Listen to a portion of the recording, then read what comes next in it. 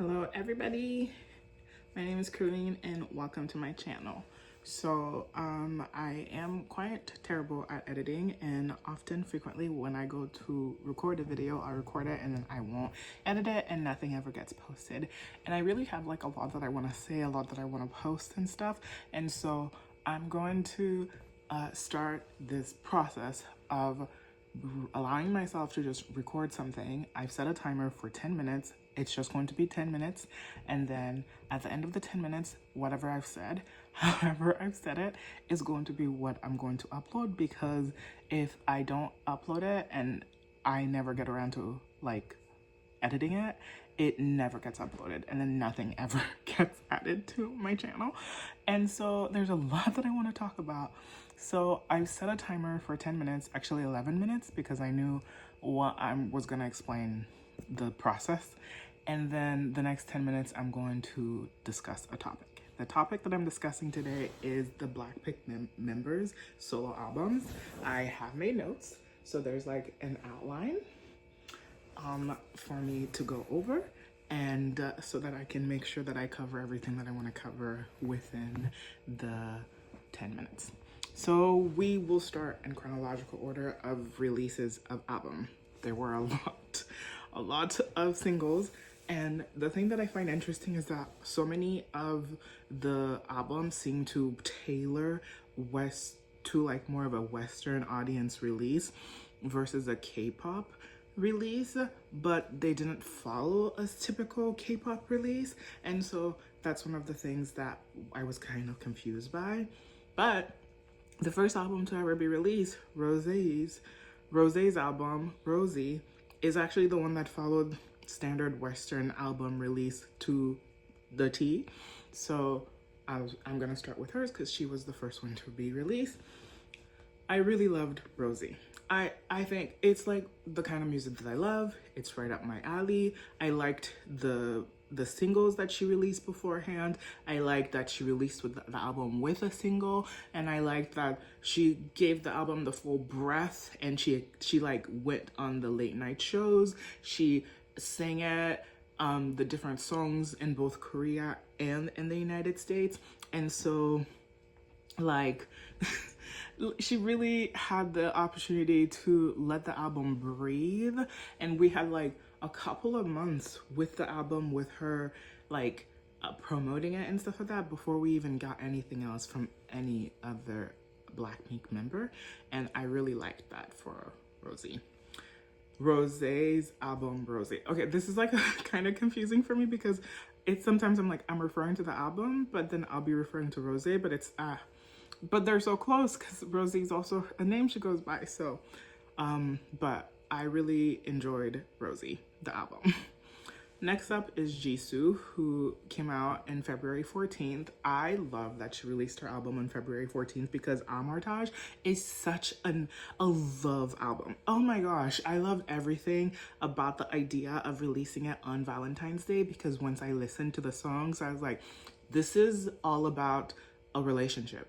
From the very conception of a relationship where you start getting the crush, you're nervous to like send them a text message and stuff, and then you fall in love with them, to like the breakup and everything. And I love that she had such a clear image of what she wanted to release, and that she released it that way, and that it was classic K-pop release. She followed that K-pop formula, and Jisoo seems to know exactly what she wants to portray to the audience and listeners, and exactly what she wants to say. And she took 4 songs, said it very well, very nicely. I love that it was a mix of English and Korean. I discovered Jisoo and the BlackPink girls through K-pop, and while I really do appreciate that a lot of the BlackPink girls are trying to break through in a Western audience because they're already so popular in the Asian audience, I do appreciate the fact that Jisoo stuck with K-pop, because like I like K-pop. I really appreciate K-pop, and I don't think K-pop is any less important or any less, I don't know, significant than Western music.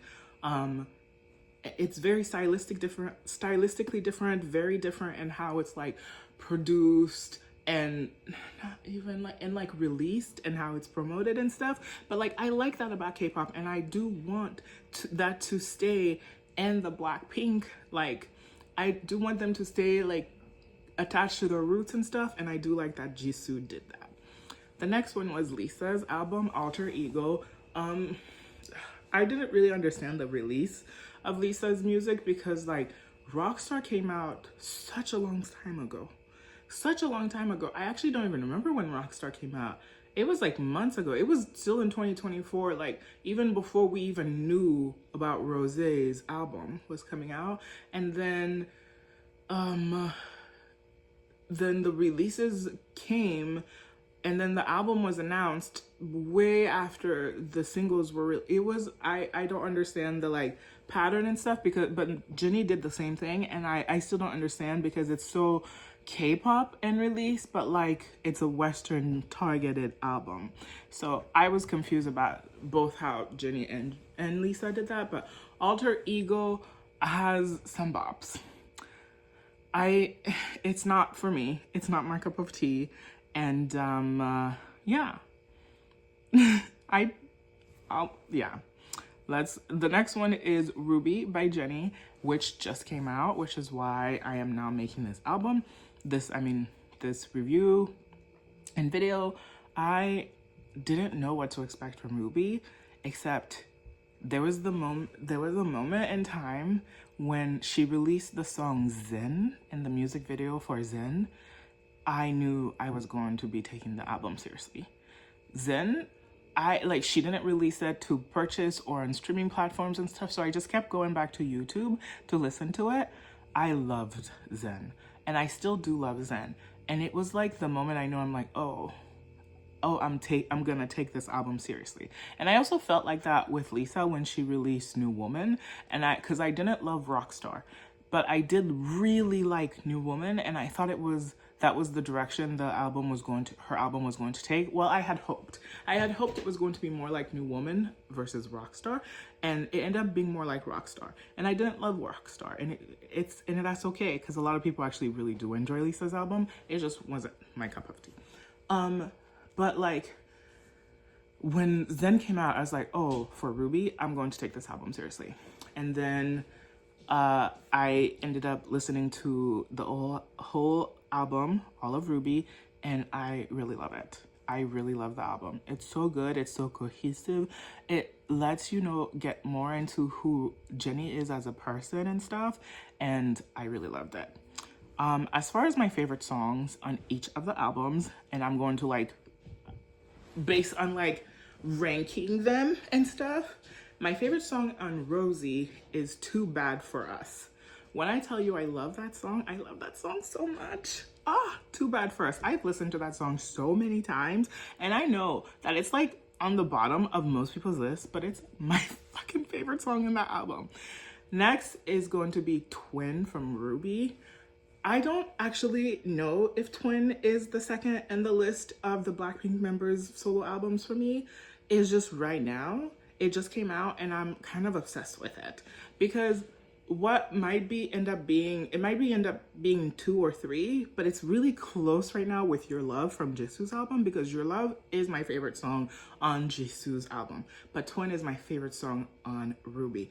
It's so good, and I love the sentiment of it. It got such a big emotional reaction from me. I started crying because I knew exactly the person I was thinking about when I heard Twin. And it made me so sad because we're not gonna get older and become friends again. This person that I'm thinking of, our relationship is done, our friendship is over. And it was cathartic to listen to that song. And it's still thinking about it makes me kind of teary. But I love Twin right now, and I'm just rocking with it. And so next is going to be Jisoo's Your Love, but by a hair. And then fourth is going to be Born Again from Alter Ego. The thing about Born Again is that I really do like the song, but what the section of the song that I love is actually Ray's part of the song. It's not Lisa's part of the song. So it's really hard for me to think of it as being higher in the list, because it obviously is not Lisa section of the song that I love, but I really actually do enjoy Born Again completely as a song. As far as like my top 3 in each album, for Rosie, it is Too Bad For Us is my number 1, Apatu is my number 2, and 2 Years is my number 3. If you know the tracks, then you know what I'm referring to. For Amortage, it's Your Love, Hugs and Kisses, and Tears. And then for Alter Ego, it's Born Again, New Woman, and Lifestyle. And then for Ruby, it's Twin, Zen, and Start a War. I love those songs so much. She, like, so good. And as far as album rankings, I would actually rank them Armitage. I thought Jisoo did such a like succinct concept and delivered such a clear idea. And then Rosie, I actually thought, okay, well, that was my 10 minutes. My alarm went off, so bye.